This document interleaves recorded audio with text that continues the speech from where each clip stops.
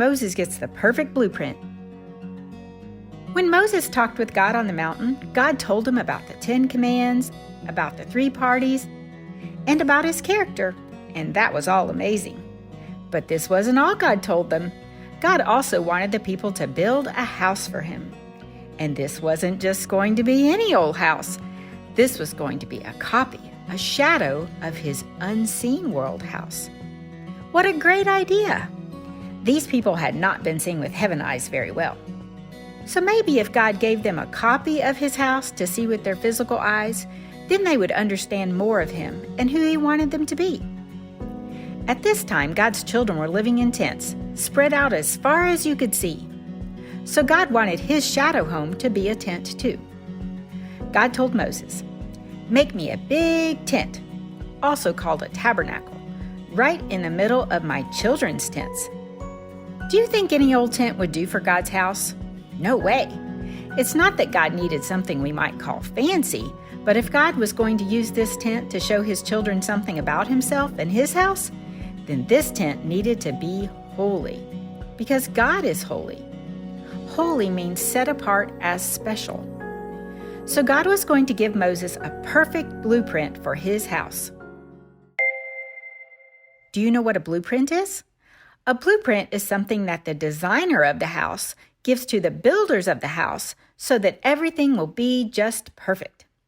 The designer writes or draws out all the details of the house very specifically so that the builders know exactly what to do. Since this tent was going to be a shadow of what God wanted to do with people, he couldn't let them mess it up. So God didn't leave them guessing about the details of how to build his special tent, his tabernacle. And when I say details, I mean lots of details. First, the walls. The tent itself, of course.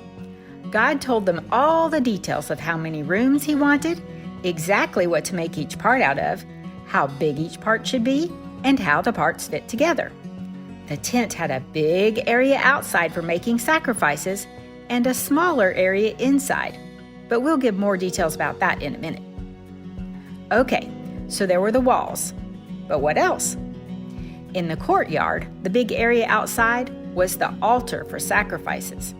God said, "Make an altar where you can bring all the sin offerings, burnt offerings, and other sacrifices to me."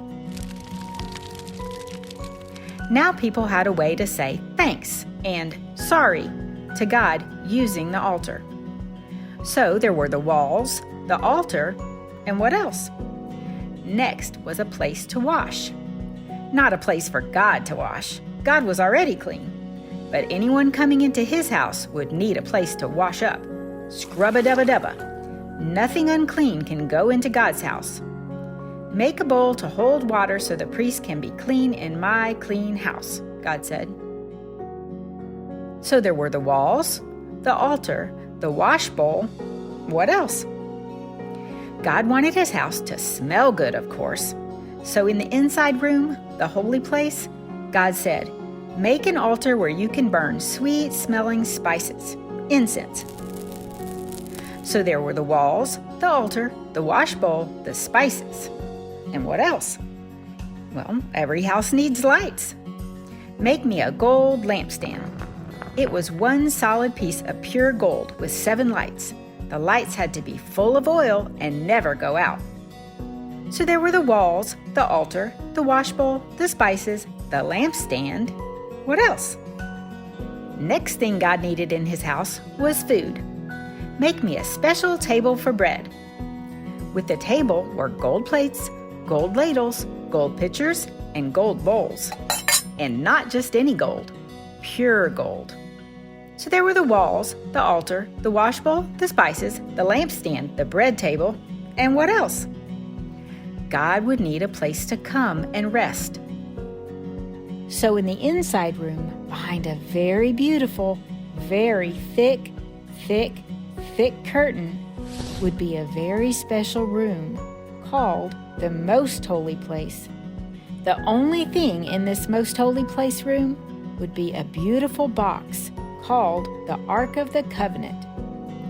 God said, "Make this box out of wood, covered with gold all over, and with angels carved on the top of the lid.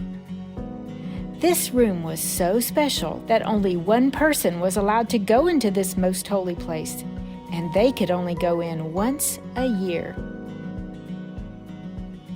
So there were the walls, the altar, the washbowl, the spices, the lampstand, the bread table, the big thick curtain, and the ark. Phew, Moses had to write everything down so that he didn't forget anything. These are only some of the details. You can read about more in your Bible. Do you want to know why God gave all those details about how the tabernacle should be built? Because those are all shadows of His house today. Today, it shows you what's important to God. The altar, bringing your best to God. The washbowl, having a clean heart.